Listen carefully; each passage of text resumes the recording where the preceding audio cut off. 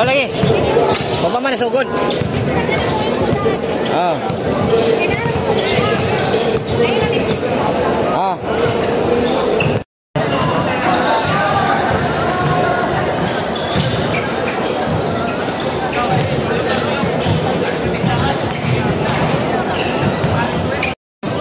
Nagkaon mo may kan. Nagkaon mo yung kanang sinaw ka na? Nang mga kikiam ba? Kikiam? Trapo-trapo po siya kung ayaw pag-trapo-trapo kay uy, salita na lang. Iuli na na pa. Uli ka pa. Iuli na si Ma. Dugay pa ni Maumar. Kinapay yung kadusunod ani. Pabilar ka. Matuwa ka. Kutunod ka. Iuli na. Pag-Maumar ni isa kaduwa. Hilak ka ni sa hilak. Digyan mo ko. Tingala itong katuyang lola. Yan ito lola? Oo. Kamusta kayo sa buha?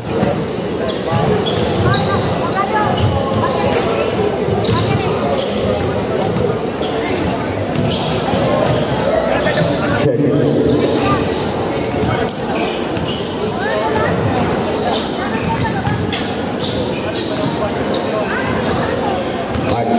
Check it.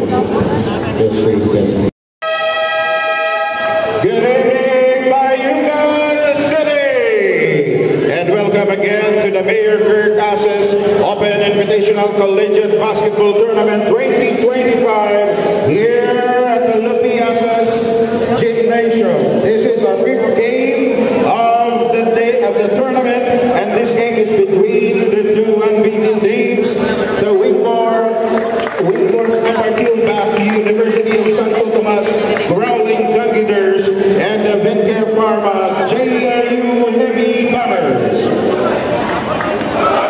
This tournament is brought to us by the LGU Bayugan, headed by Mayor Kirk Ases, Vice Mayor Kim Tata Ases, City Councilor Kim Lupi Bubong Ases, and the rest of the Sangguniang Panglonso.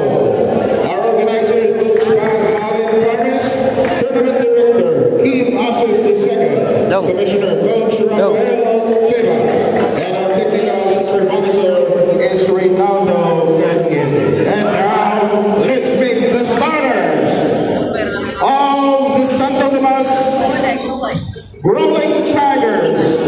At number 3, point guard, Kyle Padarada.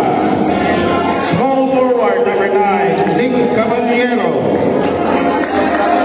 At center, number 34, Abel Combay. Shooting guard, number 55, Charles Buxin, and number 9, and power forward, number 91, Gucci.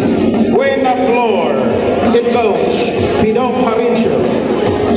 Team manager, YM Chong, assisted by Joven Ledesma, assistant coach, Ayan Herrera, and Alvin Gray.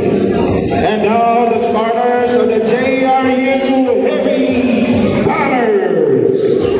At center, number 2, Jason Castillo. Power shooting guard, number 4, Stephen Garvey. Power forward, number 11, Ian Esquera. Small forward, number 25, Joseph Pangilinan. And point guard, number 44, Sanlea Peñarerde. Head coach, Hernani Mondolan, assisted by Edsel Valdiena. Our officials for this game are Group Crew Chief Junar Garcia, Referee 1, Tuti Sinisti, and